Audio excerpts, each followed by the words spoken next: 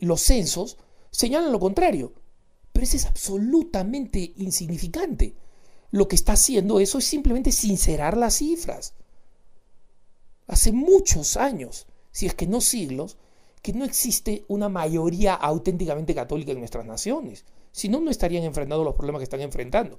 Sin embargo, si es que en una de nuestras naciones, dígase Costa Rica, el Perú, Chile, Argentina, México, quedara un solo católico, eso no le quita que la nación tenga una deuda histórica para con la Iglesia Católica, para con la Virgen de Guadalupe en México, para con los elementos que le dan identidad a nuestras naciones, el Cristo de Esquipulas en Guatemala, y así sucesivamente. Podría Nuestra Señora de Suyapa en Honduras. Podríamos hacer una lista de lo que sucede en Puerto Rico, en República Dominicana, en Panamá, cómo la identidad cristiana, la presencia de los misioneros, la llegada de los primeros evangelizadores en la República Dominicana, ¿por qué creen que se llama República Dominicana y su capital Santo Domingo?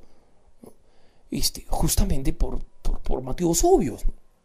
Entonces, es importante comprender cómo la identidad nacional de nuestros países está íntimamente ligada a esta realidad.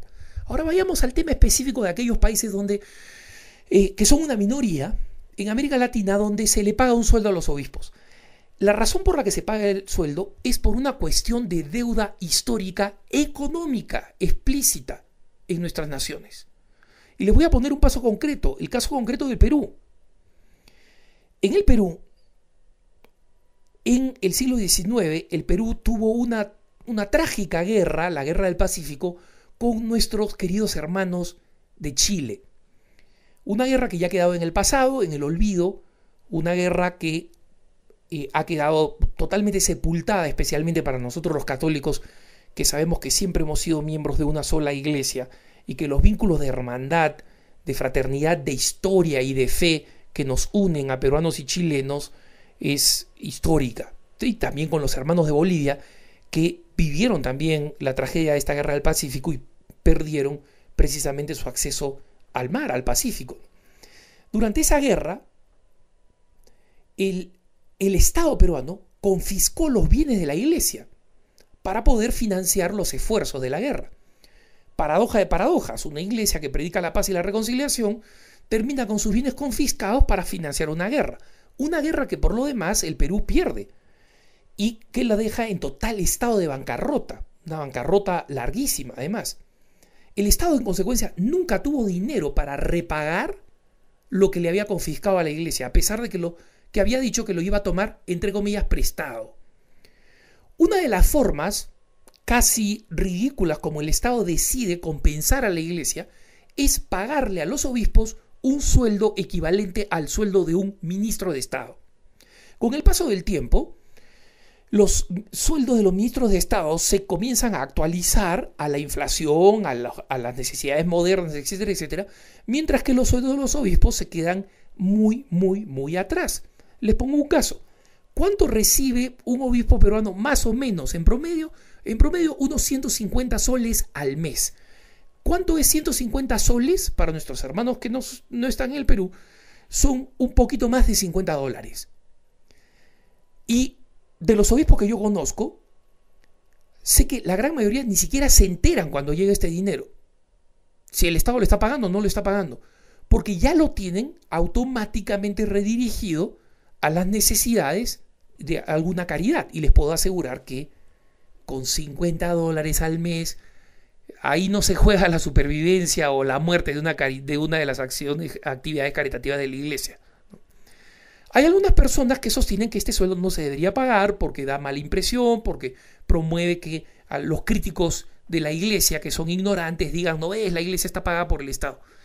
A mí me parece que eso es una opinión totalmente respetable. Yo personalmente considero que sí deberían seguirlo pagando.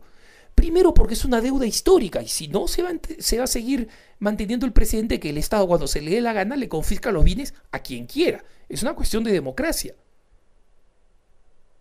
Es proteger que el Estado no confisque cuando crea que puede hacerlo, ¿no? En segundo lugar, me parece que es importante que quede graficado, aunque sea en estos salarios misérrimos, la deuda histórica que tiene el Estado para con la Iglesia Católica. Y en consecuencia, que quede claro, pues, que el Estado le adeuda a la Iglesia Católica.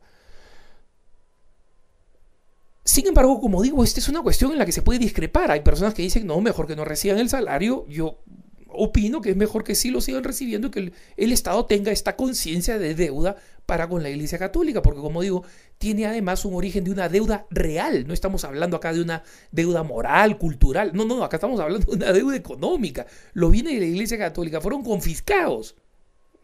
Y el Estado nunca va a poder repagar lo que esos bienes significaron y significarían hoy.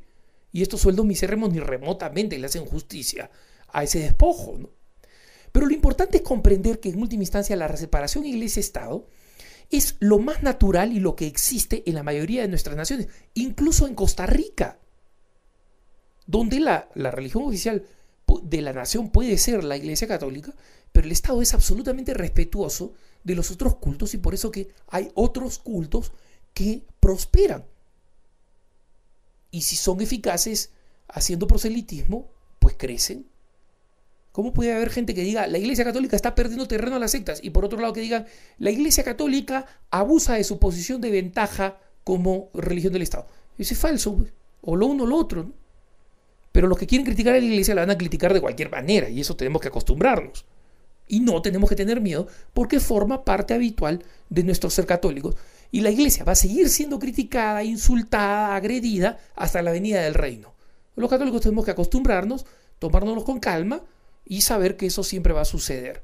Y tenemos que saber dar cuentas de nuestra fe. Que tengas un buen día.